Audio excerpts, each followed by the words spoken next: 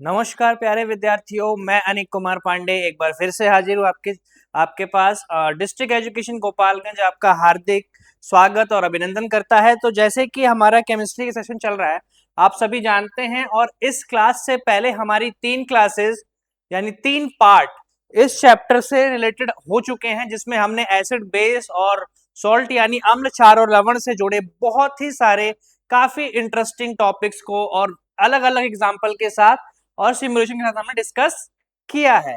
तो कल हमने एक सिमुलेशन देखा था। मैं आज के लेसन की शुरुआत यहीं से करना चाहूंगा कि कल हमने देखे थे, कल हमने वेजिटेबल एंड फ्रूट जूस में 2 उदाहरण देख लिए थे। आज हम हाउस होल्ड आइटम्स, ध्यान दीजिएगा, कॉमन सॉल्ट हम देख चुके थे। अब हम इससे एक उदाहरण और देखने वाले हैं आज, जिसमें चलिए हम यहाँ पे मिल्क के सॉल्यूशन को देख लेते हैं। और इस एक्सपेरिमेंट को करने का भी, इस सिमुलेशन को भी करने का प्रोसेस सेम बिल्कुल वही रहेगा कि हम ड्रॉपर को, इसमें मिल्क की कुछ मात्रा आ गई, अब इसको हम पीएच पेपर पे ड्रॉप कर देंगे। ध्यान से देखिए कलर चेंज को। और जब हमने डिस्कस किया था कि जो मिल्क का पीएच होता है वो लगभग 6 के आसपास होता है, तो क्या इसका कलर उस पीएच से मैच कर रहा है, यस और नो? तो हमने देखा था ना कि जो मिल्क का पीएच है वो 6 होता है। आइए सार्वत्रिक सूचक ध्यान से देखिएगा। तो यहां पे हमने वैल्यूज देख ली। चलिए अब हम इसको रीसेट करते हैं और ध्यान से देखिएगा। एसिड बेस एंड सॉल्ट, अब हमारे लैब में कुछ सॉल्यूशन होते हैं, अगर हम उसकी अम्लीयता और क्षारीयता अगर देखें, अम्लता और क्षारीयता अगर देखें, तो आइए पहले हम HCl, जो कि हम जानते हैं कि एक अम्ल होता है और एक प्रबल अम्ल होता है, तो अगर हम इसका पीएच टेस्ट करें तो आइए देखिए हमारे पास क्या रिजल्ट आता है। ध्यान से देखिए कलर चेंज। तो हमने देखा है कि जो HCl है वो एक प्रबल अम्ल है, HCl जो है वो एक प्रबल अम्ल है। ध्यान से देखिए कलर मैच कर रहे हैं अब हम।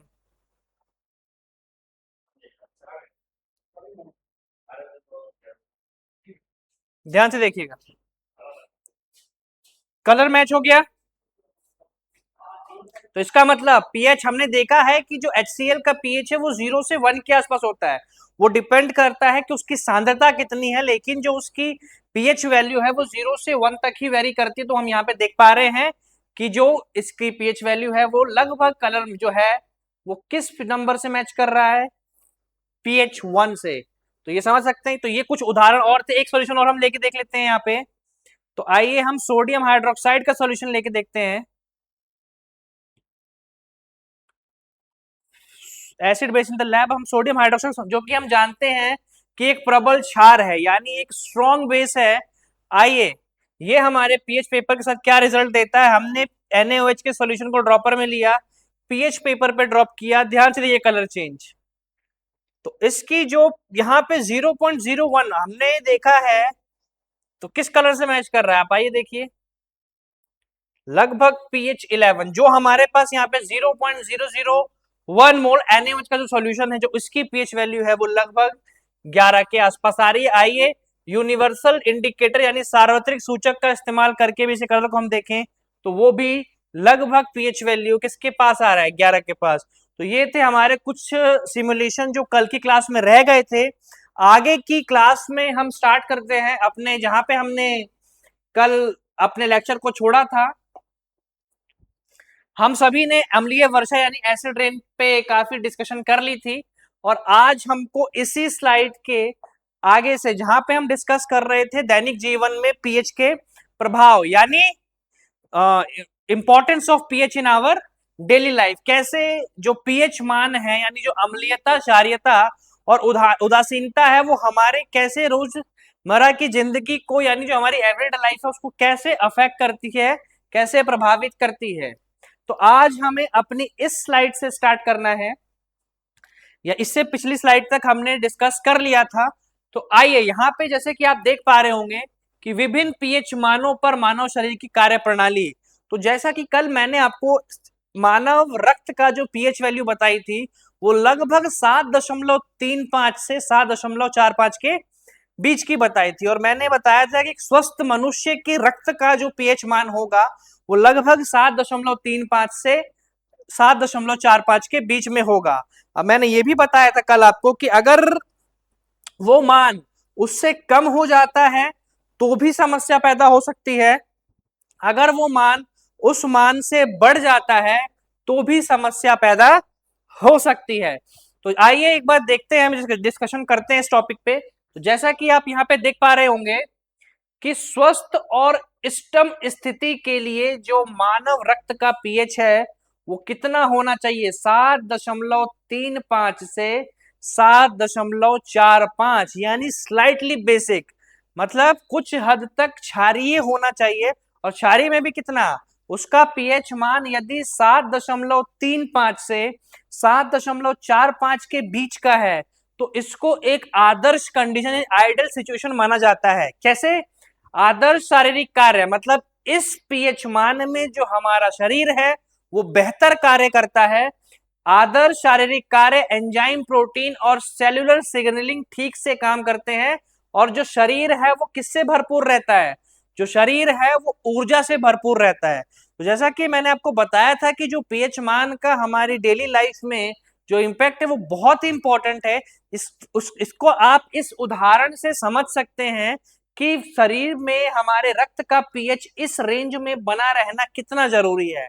अच्छा, अब प्रश्न आता है कि अगर इस रेंज में हमारे रक्त का पीएच मान नहीं रहा, घट गया या बढ़ गया, तो हमें क्या परेशानियों का सामना करना पड़ सकता है। तो आइए देखिए, अगर पीएच मान 7.35 से कम हो गया, यानी उसकी जो मान है वो अगर घट गया, वैल्यू जो है वो अगर डिक्रीज कर गई, तो उसके संभावित लक्षण क्या हो सकते हैं।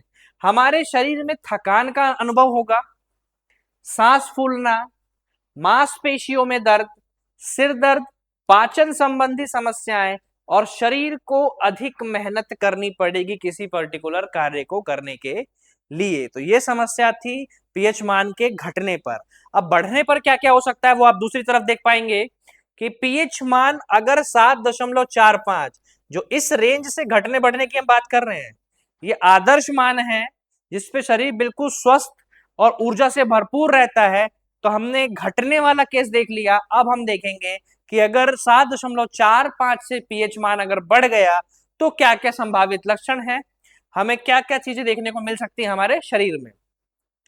तो संभावित लक्षण है मांसपेशियों में ऐंठन, मांसपेशियों में ऐंठन आ सकती है, सुन्नपन आ सकता है, कपकपी, चिड़चिड़ापन या रक्त के प्रवाह में कमी आ सकती है, और शरीर का जो सामान्य संतुलन है वो भी बिगड़ सकता है। जैसा कि आप आखिरी लाइन में देख पा रहे होंगे, जो शरीर के सामान्य संतुलन को क्या कर देता है, शरीर के सामान्य संतुलन को बाधित कर सकता है। तो यहाँ पे हमने हमारे रक्त से संबंधित पीएच मान को देखा कि कैसे पीएच का मान हमारे शरीर को भी प्रभावित कर सकता है केवल रक्त के केस में। आइए चलते हैं नेक्स्ट केस पे। तो यहाँ पे आपके पास कुछ उदाहरण आपको और दिखाई दे रहे होंगे, जैसा कि यहाँ पे आप देख पा रहे होंगे मानव शरीर। अब क्या महत्व है अम्लीय पीएच का। अब यहाँ पे हम अम्लीय पीएच की बात कर रहे हैं कि हमारे शरीर के उन हिस्सों की बात कर रहे हैं जहां पे अम्लीय पीएच का होना जरूरी है। तो अम्लीय पीएच का महत्व, बैक्टीरिया को मारना और एंजाइम को सक्रिय करना, इसके लिए पीएच का अम्लीय होना यानी 7 से कम होना आवश्यक है। आइए अब इसी से जुड़े कुछ उदाहरण हम देखते हैं, जैसे कि हमारे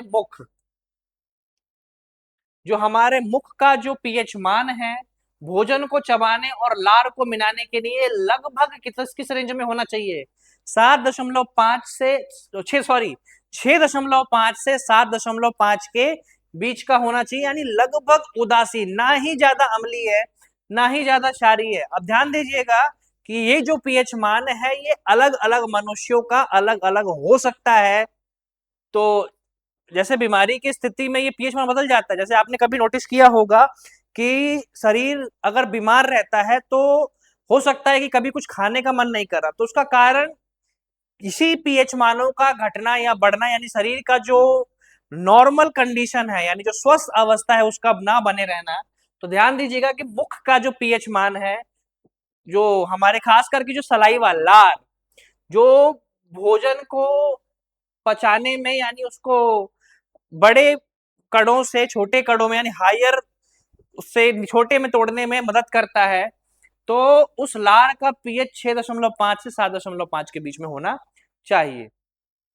अब देखते हैं अपने दूसरा उदाहरण की तरफ। हमारे शरीर में जो आमाशय यानी जो हमारा स्टमक है, जिसको हम पेट भी बोल देते हैं साधारण साधारण भाषा में, उसका पीएच मान भोजन के पाचन के लिए बहुत आवश्यक है कि 1.5 से 3.5 यानी अधिक अम्लीय, मतलब ज्यादा मात्रा में अम्लीय होना चाहिए, बहुत अम्लीय होना चाहिए। तो जो आमाशय का पीएच है वो 1.5 से 3.5 तक बना रहना बहुत ही जरूरी है। तो जैसे प्रोटीन के पाचन और हाइड्रोक्लोरिक एसिड, मतलब जैसे हमने बताया, जैसे हमने डिस्कस किया है कि हमारे जो आमाशय है, स्टमक जो है, उसमें HCl तनु डाइल्यूट HCl पाया जाता है, जो कि भोजन के पाचन में आमाशय में जो पीएच की मान है उसको लगभग कितना बनाए रखता है, एसिडिक, जो कि भोजन के पाचन के लिए अत्यंत आवश्यक है। यानी अगर आमाशय का पीएच 1.5 से 3.5 के बीच में अगर कोई भी मान है, तो इसका मतलब हमारे शरीर में जो भोजन का पाचन है वो सुचारू रूप से होगा। आइए अपने अगले उदाहरण की तरफ आते हैं। जैसे अगर हम छोटी आंत पे आए,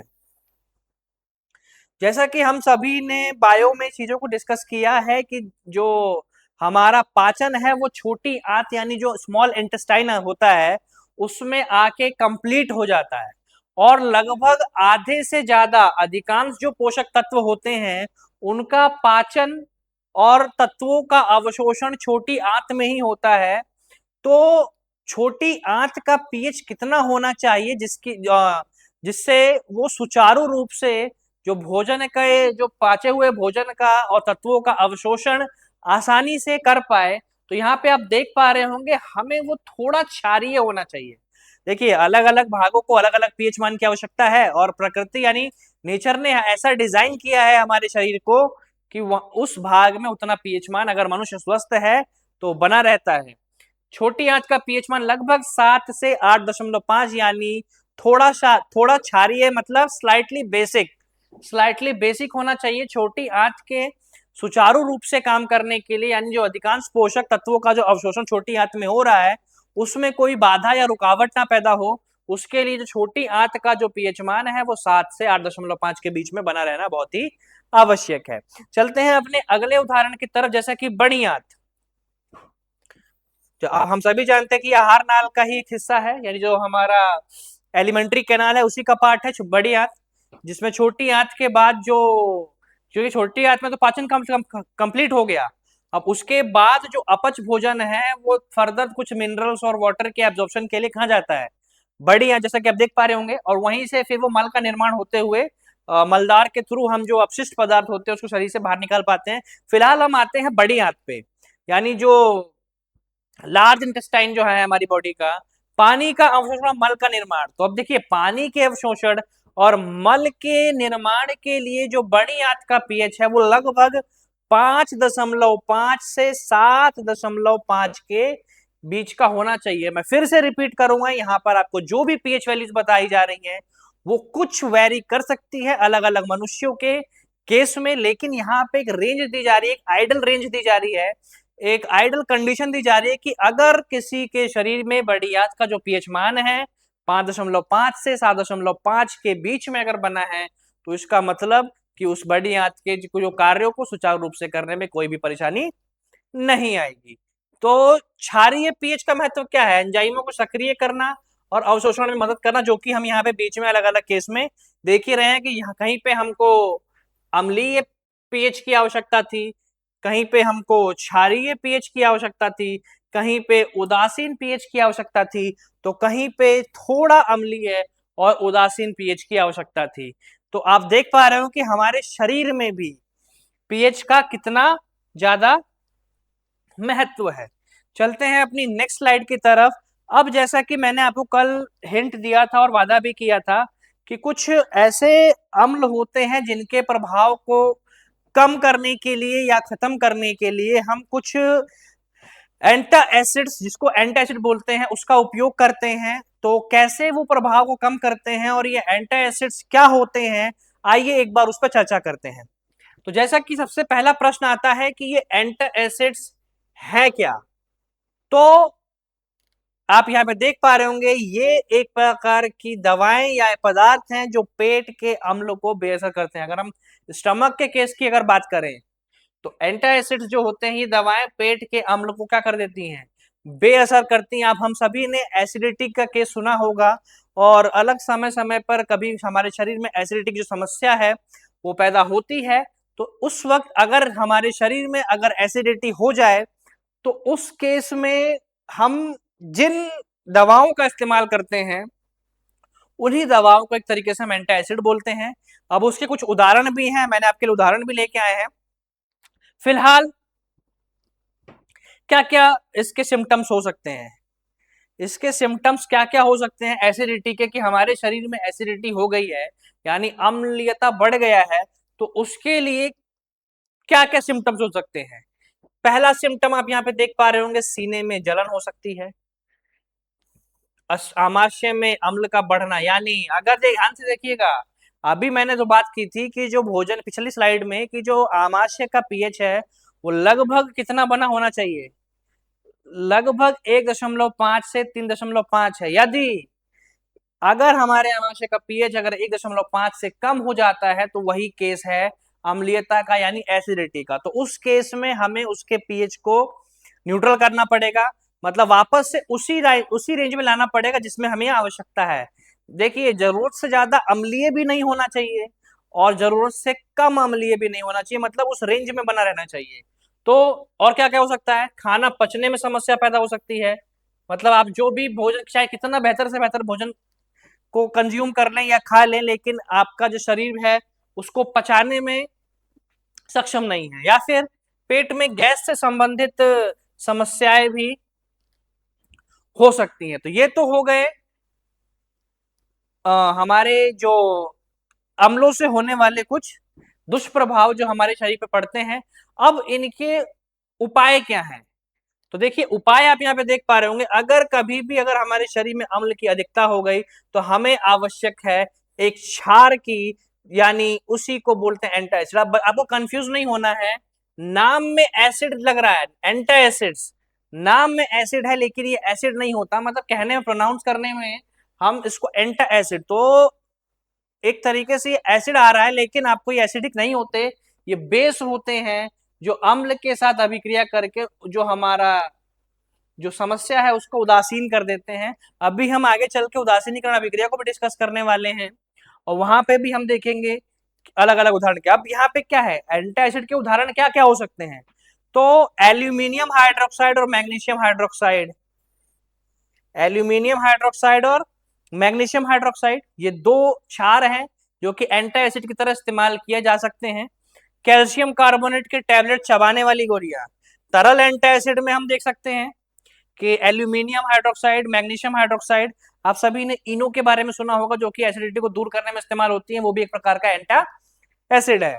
अब चबाने वाली गोलियों की अगर हम बात करें तो हम कैल्शियम कार्बो इसकी गोलियां खा सकते हैं, या फिर पाउडर की बात करें तो सोडियम बाइकार्बोनेट की भी गोलियों को डॉक्टर की सलाह से इस्तेमाल कर सकते हैं। तो इस प्रकार आपने देखा कि कैसे जो एंटी एसिड है वो अम्ल के प्रभाव को खत्म कर देते हैं। आइए नेक्स्ट स्लाइड पे देखिए, अब एक और डेली लाइफ से जुड़ा हुआ प्रैक्टिकल एप्लीकेशन आपको दिखाई दे रहा है, पीएच से जुड़ा हुआ। तो पीएच परिवर्तन के कारण दंत क्षय यानी टूथ डीके बोलते हैं उसे हम इंग्लिश में, तो ये पीएच के वैल्यू में चेंज के कारण ही होता है। अब क्या है, अब किस कारण होता है, पहले बार दंत क्षय का कारण क्या है, पीएच परिवर्तन जो हमारे मुख का यानी जो दांतों के होता है वो किस किस वजह से होता है। पहला है भोजन या फिर अत्यधिक मीठा खाने से, अत्यधिक मीठा खाने से जो मुख के पीएच का जो मान है वो 5.5 से कम हो जाता है। किससे कम हो जाता है, 5.5 से। ध्यान दीजिएगा, अगर जो हमारे मुख का पीएच मान है अगर 5.5 से कम हो गया तो दंत क्षय यानी टूथ डीके होने के प्रबल संभावना है। और वो किस वजह से हो सकती है, उसकी वजह है मीठा, या फिर अब मीठा होगा क्या, मीठा खाने से बैक्टीरिया जन्म लेंगे और वही बैक्टीरिया क्या कर देते हैं, एसिड का उत्पादन करते हैं। आप यहाँ पे देख पा रहे होंगे इसमें कि चीनी और जीवाणु ही मिलकर किसका निर्माण करते हैं, अम्ल का, जिसकी वजह से जो हमारे मुख का पीएच मान है वो 5.5 से कम हो जाता है, 5.5 से कम हो जाता है। और 5.5 से कम होने का क्या मतलब है कि दंत क्षय की प्रबल संभावना है, मतलब हमारे दांतों का जो इनेमल है उस पे वो कमजोर हो जाता है और समय के साथ साथ वो खराब हो सकता है। अब ध्यान से यहाँ पे देखिएगा, दांतों का गलना कारण क्या है कि जो मुख का पीएच मान है 5.5 से कम हो जाएगा। 5.5 से कम होना मतलब अम्ल अम्ल यानी बैक्टीरिया ने किसका निर्माण कर दिया, अम्लों का। तो उससे हमारा दंत क्षय यानी टूथ डी के दांत खराब हो सकते हैं। अब दंत क्षय के उपाय क्या है, दंत क्षय से अगर हमें बचना है तो उसके उपाय क्या हैं। पहला, प्रतिदिन ब्रश करें कम से कम दिन में 2 बार। ध्यान से देखिएगा, दंत क्षय से बचने के उपाय क्या हैं, दिन में कम से कम 2 बार हमें ब्रश करना चाहिए, अपने दांतों की सफाई करनी चाहिए दिन में, एक दिन में कम से कम 2 बार। दूसरा उपाय क्या हो सकता है, स्वस्थ भोजन करें, फलों और सब्जियों का सेवन करें। मतलब देखिए चीनी यानी जो यहाँ पे हमने देखा है मीठा और चीनी, जैसे मतलब जो मीठी चीजें होती हैं उसको खाने से बचना चाहिए या फिर उतनी ही मात्रा में खाना चाहिए जिससे अधिक ना हो जाए। ज्यादा जो लोग मीठा, देखिए आप सभी ने अपने आसपास इस चीज को देखा होगा कि जो लोग ज्यादा मीठा खाते हैं उन्हीं को इस प्रकार की समस्याएं पैदा होती हैं। तो फलों और सब्जियों का सेवन। दूसरा, शक्कर से बच सकते हैं, मीठे और एसिडिक पेय मतलब कोल्ड ड्रिंक वगैरह काफी मीठे होते हैं, उसमें काफी अच्छी मात्रा में जो मीठापन होता है, शुगर जो होता है वो अच्छी मात्रा में होता है, जो कि हमारे दांतों के लिए बिल्कुल भी ठीक नहीं है। तो मीठे और एसिडिक पेय कम करें, कम से कम पीना चाहिए। और डेंटिस्ट से परामर्श के बाद ही किसी प्रकार के उपचार को हमें करना चाहिए। कभी भी अगर हमें दांत से संबंधित समस्याएं लग रही हैं हमको, तो उसको हमको पहले किसी अच्छे चिकित्सक यानी डॉक्टर से सलाह लेने के बाद ही किसी प्रकार के ट्रीटमेंट को ट्राई करना चाहिए। चलते हैं अपनी नेक्स्ट स्लाइड की तरफ। तो अब यहाँ पे कुछ चीजें और हैं, पशु और पौधों द्वारा उत्पन्न रसायनों से आत्मरक्षा। जैसे कि मैंने बात किया था कि जैसे कुछ बिच्छू ने डंग लाल चींटी ने काट लिया तो वो हमारे शरीर में एक फॉर्मिक अम्ल यानी फॉर्मिक एसिड, जिसको हम मिथेनोइक अम्ल या मिथेनोइक एसिड भी बोलते हैं, वो रिलीज कर देते हैं। तो उसका उपचार, तो उन्होंने अम्ल रिलीज कर दिया था, उसका उपचार कैसे होगा। जैसे कि सबसे पहले अगर हम बात करें तो जैसे एक बिच्छू बूटी है, बिच्छू बूटी एक पौधा, एक पौधे का नाम है, प्लांट का नाम है। तो इसमें पत्तियों में से कुछ कांटे होते हैं, तो अगर हम इसको छूते हैं तो हमें डंक की मतलब लगता है कुछ चुभ गया, और उसकी पत्तियों से हमें चुभने के बाद उस हिस्से में जहां पे भी उसकी पत्तियां चुभी होती हैं एक डंक की तरह महसूस होता है, और हमें क्या होती है उस जगह पे जलन होती है। जलन क्यों होती है, कारण क्या है कि उसने हमारे शरीर में एक एसिड रिलीज कर दिया है। अब उस एसिड की वजह यानी उस अम्ल की वजह से ही जलन हो रही है।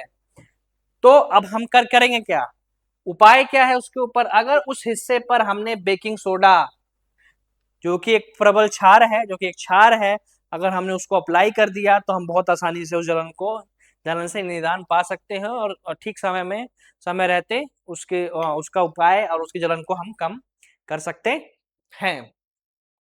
वहीं अगर हम बात करें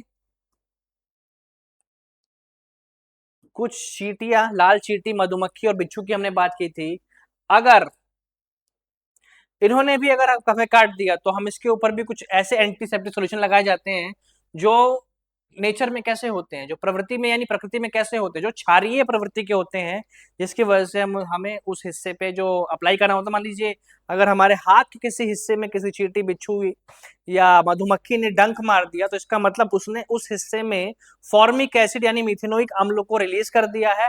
अब हमें उससे निदान पाना है तो हमें वहां पे क्षार यानी बेस को अप्लाई करना पड़ेगा। ठीक वही चीज आप यहाँ पे देख पा रहे होंगे पशुओं से आत्मरक्षा में, तो उन्होंने फॉर्मिक एसिड रिलीज कर दिया। अब उपाय क्या है इसका, क्षार अप्लाई कीजिए जिससे जलन कम होगी। जलन कम हो, कोई सा भी क्षार, साबुन परिस्थिति का या फिर कोई एंटीसेप्टिक क्रीम का भी इस्तेमाल हम कर सकते हैं, या फिर अब कठोर, खोल और गंध। देखिए अब वो अपनी सुरक्षा के लिए हमारे शरीर में वो अपना जो एसिड है वो रिलीज कर देते हैं, क्योंकि उनको खतरा महसूस होता है। क्या महसूस होता है?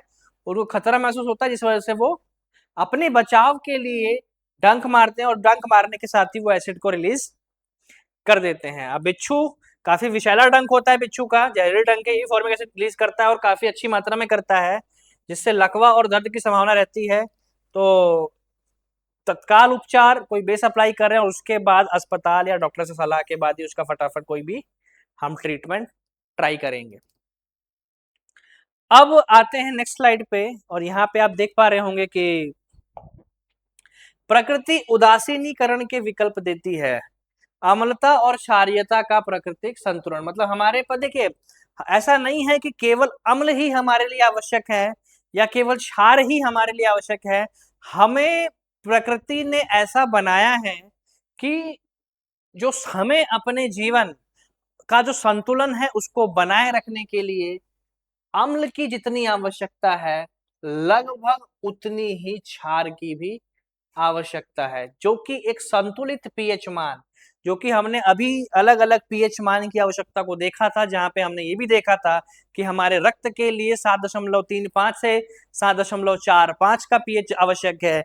आमाशय में भोजन के सुचारू रूप से पाचन को करने के लिए जो पीएच आमाशय का पीएच है वो लगभग 1.5 से 3.5 के बीच में होना चाहिए। इसी प्रकार हमने कुछ और भी उदाहरण देखे थे। तो मतलब कुल मिला जुला के कहने का निष्कर्ष यहाँ पे ये निकल रहा है कि किसी एक स्वस्थ जीवन यापन के लिए किसी भी मनुष्य को एक संतुलित पीएच की आवश्यकता है, कि मतलब उसे अपने भोजन में या फिर अपनी रोजमर्रा की डेली लाइफ की जो हैबिट्स हैं, जो आदतें हैं, उसको बनाए रखने के लिए अम्ल और क्षार दोनों का ही एक संतुलन चाहिए, जिससे संतुलित पीएच बना रहेगा।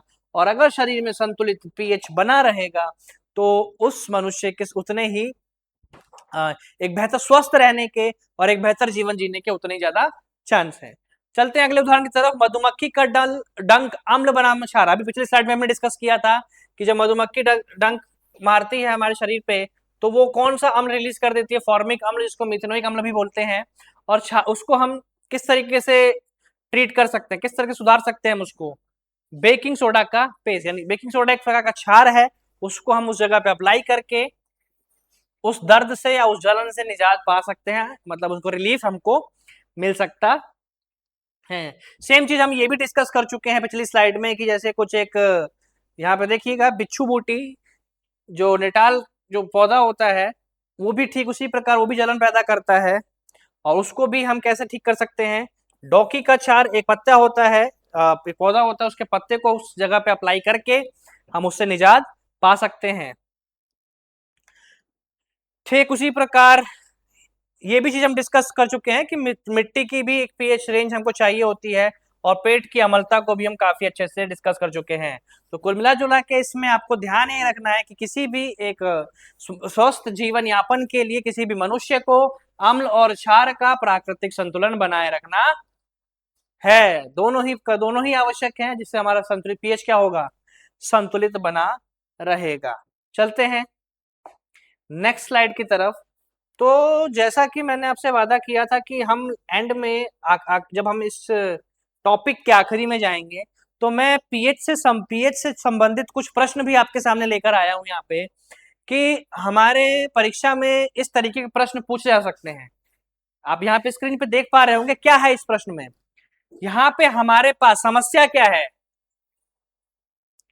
हमारे पास दो विलियन ए और बी दे रखे हैं। आप ध्यान से देखिएगा, ये विलियन ए है और ये विलियन बी है। विलियन ए और बी में तो विलियन ए का पीएच मान यहाँ पे कितना दिया है? ध्यान से देखिएगा, विलियन ए का पीएच मान यहाँ पे 6 दे रखा है। विलियन बी का जो पीएच मान है वो कितना दे रखा है? विलियन बी का जो पीएच मान है वो 8 दे रखा है। और हमसे यहाँ पे प्रश्न पूछा है कि किसमें हाइड्रोजन आयन की सांद्रता अधिक है और कौन अम्लीय है और कौन क्षारीय होगा। ध्यान से देखिएगा, फिर से मैं वो क्वेश्चन समझा रहा हूं कि हमारे पास दो विलियन ए और बी दिए हुए हैं, जिसमें विलियन ए का पीएच मान 6, विलियन बी का पीएच मान 8 है, और हमसे पूछा है कि किसमें हाइड्रोजन आयन की सांद्रता ज्यादा होगी और कौन सा अम्लीय होगा और कौन सा क्षारीय होगा। तो हमने ये अपनी पिछली क्लासों में ये डिस्कस किया है कि जितना कम पीएच मान होगा, हाइड्रोजन आयन की जो सांद्रता है वो उतनी ही अधिक होगी। तो अगर अगर आपको ये पॉइंट याद है कि जितना कम पीएच मान होगा, हाइड्रोजन आयन का जो कंसंट्रेशन है, यानी जो हाइड्रोजन आयन की जो सांद्रता है वो उतनी ही ज्यादा होगी। तो यही चीज यहाँ पे आप देख पा रहे होंगे स्लाइड में कि कम पीएच अधिक हाइड्रोजन आयन की सांद्रता। तो यहाँ पे आप देख पा रहे होंगे विलयन ए और बी में विलयन ए और बी में कौन सा अधिक पीएच वाला है और कौन सा कम पीएच वाला है। तो हम ध्यान से देख पा रहे हैं कि जो विलयन ए यानी जो सॉल्यूशन ए का जो पीएच है वो कम है, तो सॉल्यूशन ए में ही हाइड्रोजन आयन की सांद्रता ज्यादा होगी। वो हमें पहले क्वेश्चन का आंसर मिल गया, जैसा कि आप यहाँ पे देख भी पा रहे होंगे। और अगर पीएच मान पे आए तो जैसा कि हम जानते हैं 7 से कम जितनी भी पीएच मान होते हैं वो सभी अम्लीय प्रवृत्ति के होते हैं। तो हम ये भी कह सकते हैं जो विलयन ए का जो नेचर है यानी जो उसकी प्रवृत्ति है वो क्या है, जो विलयन ए की प्रवृत्ति है वो क्या है, जो विलयन ए की प्रवृत्ति है वो क्या है, जो विलयन ए की प्रवृत्ति है, जो विलयन ए की प्रवृत्ति है वो है अम्लीय, यानी वो एसिडिक नेचर का है। वो किस नेचर का है, एसिडिक नेचर का है। वहीं अगर हम विलयन बी पर आए, अगर हम विलयन बी पर आते हैं तो विलयन बी के पीएच का मान 8 है और हम सभी जानते हैं कि अगर पीएच का मान 7 से अधिक होता है और 14 से कम होता है तो वो किस प्रवृत्ति का होता है, वो एक क्षारीय प्रवृत्ति का होता है, यानी बेसिक नेचर का होता है। अब हम आते हैं निष्कर्ष पे, जो कि इस प्रश्न का उत्तर है। निष्कर्ष क्या निकला, H पॉजिटिव सांद्रता की तुलना विलयन ए में हाइड्रोजन आयन की सांद्रता ज्यादा है क्योंकि उसका पीएच कम है, ये हमने डिस्कस कर लिया है। और अम्लीय और क्षारीय तुलना क्या है, तो विलयन ए अम्लीय है, विलयन बी क्षारीय होगा। चलते हैं नेक्स्ट स्लाइड पे। एक और प्रश्न है हमारे पास आपके लिए कि यहाँ पे कौन अधिक अम्लीय है। फिर से एक विलयन है यहाँ पे अब यहाँ पे हमारे पास 3 विलयन दिए हैं, ए बी और सी। अब ए बी और सी में ए का पीएच मान 0 है, बी का पीएच मान 2 है, सी का पीएच मान 6 है। अब हमसे पूछा है कि अत्यधिक अम्लता मतलब निम्नलिखित विलयन में से सबसे ज्यादा अम्लीय कौन सा है। तो मैंने फिर से आपको एक पिछली क्लासों में बहुत अच्छे से बताया है कि जितना कम पीएच मान होगा और हाइड्रोजन आयन की जो सांद्रता है वो उतनी ही अधिक होगी, हाइड्रोजन आयन की जो सांद्रता है वो उतनी ही अधिक होगी। और अगर हाइड्रोजन की सांद्रता अधिक है तो वो कैसा होगा, उस पीएच का जो सॉल्यूशन जो विलयन है उसका प्रकृति या नेचर कैसा होगा, अम्लीय होगा। तो जैसा कि हम यहाँ पे देख पा रहे हैं विलयन ए बी और सी में सबसे कम पीएच मान विलयन ए का है, तो विलयन ए ही सर्वाधिक अम्लीय होगा इन तीनों विलयन की तुलना में। क्योंकि हम इसको और इस पे हम ज्यादा समय नहीं देंगे क्योंकि मैं बहुत बार ये सेम चीज आपको रिपीट कर चुका हूं कि जितना कम पीएच मान होगा हाइड्रोजन आयन की जो सांद्रता है, जो हाइड्रोजन आयन का कंसंट्रेशन है वो उतना ही ज्यादा होगा। तो इस क्वेश्चन का राइट आंसर हो जाएगा विलयन ए जो है वो इन तीनों विलयन की तुलना इन तीनों विलयनों में सबसे ज्यादा अधिक अम्लीय है। आइए अब एक बार हमने अभी पिछले अपने क्वेश्चनों में अम्लों की अम्लीयता यानी अम्लता की तुलना कर ली, कौन ज्यादा अम्लीय कौन ज्यादा क्षारीय है। तो अब हम तुलना करते हैं क्षारीयता की। एक बार फिर से हमारे पास अ ब स यानी ए बी सी ही समझ लीजिए आप, ए बी और सी। यहाँ पे भी हमारे पास 3 विलयन दिए हुए हैं और इन तीनों विलयन में हमसे क्या पूछा है, ध्यान से देखिएगा इसमें कि सबसे अधिक क्षारीय विलयन कौन सा है, सबसे ज्यादा क्षारीय है। तो अगर हमने बेसिसिटी की बात करें, अगर हम बेसिक नेचर यानी जो क्षारीयता होती है अगर हम उसकी बात करें तो हमने ये पॉइंट डिस्कस किया है पिछली क्लासों में। इसीलिए मैं रिक्वेस्ट करूंगा कि जो बच्चे नए जुड़े हैं जिन्होंने पिछली क्लासेस को नहीं देखा है तो आप पहले पिछली क्लासेस को देखें, क्योंकि इस जो भी टॉपिक आज डिस्कस हो रहे हैं इन सब का बेस जो है वो पिछली क्लासेस में ही सेट हो चुका है। तो जब हमने क्षारीयता यानी बेसिसिटी की जब बात की थी तो वहां पे हमने डिस्कस किया था कि जितना अधिक पीएच मान होगा जितना अधिक पीएच मान होगा क्षारीयता उतनी ही अधिक होगी, मतलब उतना ही ज्यादा वो बेसिक नेचर का होगा। तो इन तीनों विलेन के अगर पीएच मान पे हम ध्यान दें, ए का 8 है, बी का 10 है और सी का 14 है, तो यहाँ पे सबसे अधिक पीएच मान विलियन सी यानी सॉल्यूशन सी का है।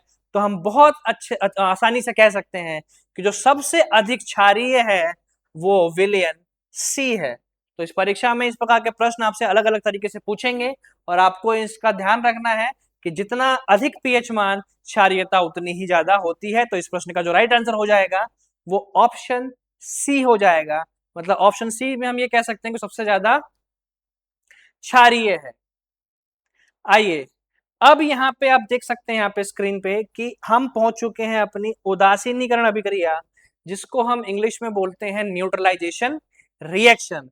जब हमने कुछ हद तक बात कर ली है न्यूट्रलाइजेशन मतलब उदासीनीकरण के बारे में। अभी जब हमने कुछ उदाहरण देखे थे जिसमें हमने बिच्छू के डंक पे बेकिंग सोडा या जो एंटीसेप्टिक क्रीम वगैरह को अप्लाई करना, तो वहां पे हम इसके कुछ उदाहरण देख चुके हैं। अब हम कुछ रिएक्शन यानी जो अभिक्रिया और रासायनिक समीकरणों के माध्यम से देखेंगे कि उदासीनीकरण अभिक्रिया है क्या।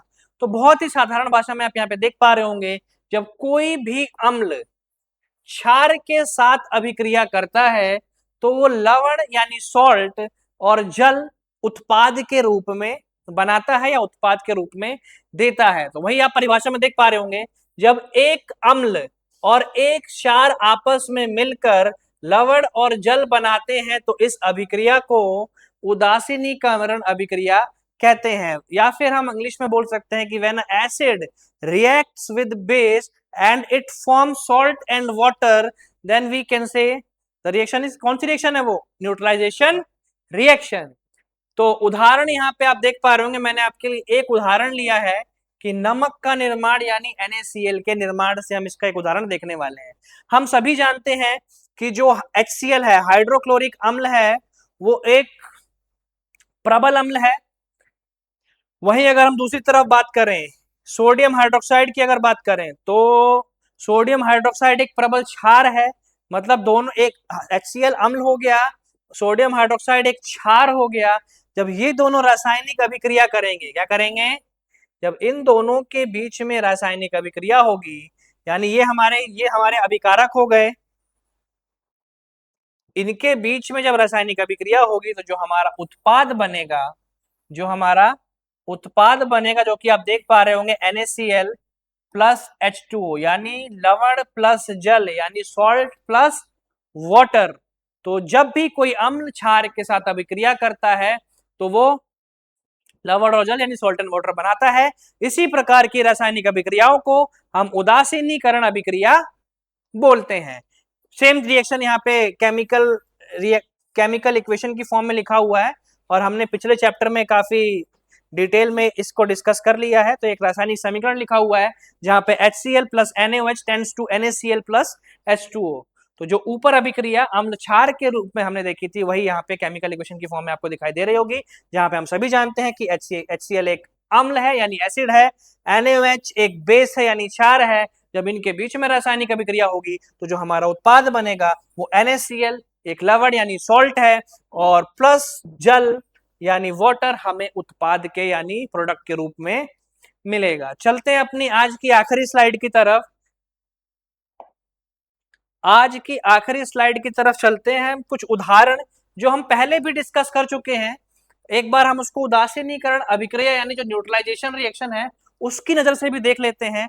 परिभाषा फिर से आपको एक बार दिखाई दे रही होगी जो कि हम डिस्कस नहीं करेंगे। हम सभी जानते हैं कि जब अम्ल क्षार से अभिक्रिया करके लवण और जल उत्पाद के रूप में देता है। अब आइए कुछ उदाहरण देख लेते हैं।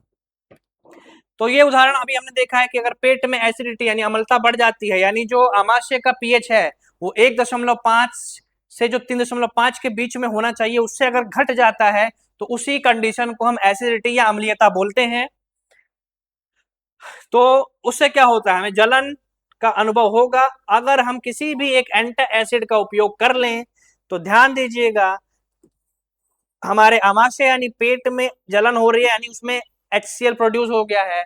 अगर हमने मिल्क ऑफ मैग्नीशिया जो कि एक एंटी एसिड का उदाहरण है, मैग्नीशियम हाइड्रोक्साइड हमने देखा था वहां पे उदाहरण में, उसको कंज्यूम किया तो हमारे पेट में जब मैग्नीशियम हाइड्रोक्साइड जाएगा तो वो HCl के साथ अभिक्रिया करके MgCl2 जो कि एक लवण है और जल बना के उस समस्या से हमको छुटकारा दिला देगा। आइए स्पष्टीकरण देखते हैं। हमारे पेट में हाइड्रोक्लोरिक अम्ल HCl होता है, अपच होने पर एंटा एसिड जैसे क्षार, जैसे एंटा एसिड यहाँ पे एक उदाहरण मिल्क ऑफ मैग्नीशियम यहाँ पे दिया हुआ है जिसे हम मैग्नीशियम हाइड्रोक्साइड भी बोलते हैं, इसे उदासीन कर देते हैं और ये रिएक्शन आपको एक बार फिर से लिखी हुई दिखाई मिल रही होगी। तो मतलब यहाँ पे जो अभिक्रिया हुई है अम्ल की क्षार के साथ, उसी को हम बोलते हैं उदासीनीकरण अभिक्रिया।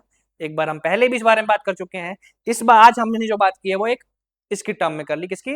न्यूट्राइजेशन रिएक्शन यानी उदासीनीकरण अभिक्रिया के उसमें। आइए उदाहरण 2 में देखते हैं चींटी के डंक का इलाज। ये भी हम डिस्कस कर चुके हैं आज ही की स्लाइड में पीछे की तरफ। अब समीकरण के रूप में देख लेते हैं। ये है हमारा फॉर्मिक अम्ल। कौन सा अम्ल है? फॉर्मिक अम्ल का जो केमिकल फॉर्मूला होता है वो HCOH है। उसमें हम सोडियम बाइकार्बोनेट जो एक क्षार है से अभिक्रिया करके वो लवण और जल बना देता है, जिससे हमें उसके डंक से बेकिंग सोडा का फॉर्मूला है, ये सोडियम हाइड्रोजन कार्बोनेट या सोडियम बाइकार्बोनेट भी बोलते हैं जिसको, बेकिंग सोडा है। हमने जब उसने हमारे शरीर में फॉर्मिक एसिड रिलीज कर दिया तो उस हिस्से पर अगर हम बेकिंग सोडा का जो सॉल्यूशन है अगर हम अप्लाई करते हैं तो हमें उसके दर्द से छुटकारा मिल जाता है। क्यों मिलता है? क्योंकि वो जो अम्ल उसने हमारे शरीर में छोड़ा है उस पर हमने बेस अप्लाई कर दिया, यानी एक क्षार अप्लाई किया है जो कि लवण और जल बना के हमें उस दर्द से छुटकारा या राहत दे देता है। आइए आज का आखिरी उदाहरण, मृदा मिट्टी का उपचार। किसान अम्लीय मृदा को बुझा चूना जिससे फसल अच्छी होती है, यानी जो कैल्शियम हाइड्रोक्साइड है अगर उसने ऐड कर दिया सॉइल उस मृदा में जो अम्लीय हो चुकी है, कई प्रकार हमारे जो मृदा है वो अम्लीय हो जाती है, तो किसान उसमें अलग अलग प्रकार के खाद, यानी बेसिकली अगर हम केमिकल की टर्म में अगर बात करें तो कैल्शियम हाइड्रोक्साइड अगर अम्लीय मृदा यानी जो एसिडिक सॉइल है अगर उसमें अम्लीय कैल्शियम हाइड्रोक्साइड मिला दिया गया तो वो मिट्टी वापस पुनः कैसी हो जाती है? कैसी हो जाती है? उपचारित मृदा, या फिर उसी को हम बोलते हैं न्यूट्रल सॉइल। तो आज की क्लास में हम यहीं तक डिस्कस करेंगे और आज हमने डिस्कस कर लिया है उदासीनीकरण अभिक्रिया तक। अब जब हम अपनी नेक्स्ट क्लास में आएंगे तो हम ये भी देखेंगे कैसे अलग अलग प्रकार के जो सॉल्ट होते हैं, जैसे कि मैंने आपको पिछली क्लास में बताया ब्लीचिंग पाउडर के बारे में पढ़ने वाले हैं, हम प्लास्टर ऑफ पेरिस के बारे में पढ़ेंगे, हम पढ़ेंगे जिप्सम के बारे में। ऐसी प्रकार के और भी कुछ सॉल्ट हैं जो हमारे सिलेबस के अकॉर्डिंग आएंगे। तो लेकिन अब देखिए यहाँ जो 4 क्लासों के बाद जो हमारी 5th क्लास होने वाली है वो थोड़ी सी डीप होने वाली है, क्योंकि जितना भी हमने अभी तक बेस सेट किया है 4 क्लासों में वो लगभग सारा जो नॉलेज है वो सब अप्लाई हो जाएगा हमारे जब हम सॉल्ट को पढ़ने जाएंगे। वहां पे हम केमिकल रिएक्शंस को भी पढ़ेंगे, वहां पे हम उन सारी प्रॉपर्टीज को इस्तेमाल करने वाले हैं, वहां पे न्यूट्राइजेशन रिएक्शन भी यूज होगी और जितने भी हमने पिछले टॉपिक डिस्कस किए उन सभी को हम हमारा वहां पे यूज होने वाला। तो जिन जो बच्चे नए जोड़े हैं एक बार सारे चारों वीडियो को फिर से रिवाइज कीजिए। वीडियो आपके पास रिकॉर्डेड मोड में अवेलेबल है, आप उसको जितनी बार चाहें उतनी बार देख सकते हैं। तो आज हमने यहाँ तक उदासीनीकरण अभिक्रिया तक डिस्कस किया है, इसके आगे हम डिस्कस करेंगे अपनी नेक्स्ट क्लास में। तब तक के लिए अपना बहुत ध्यान रखिए। धन्यवाद।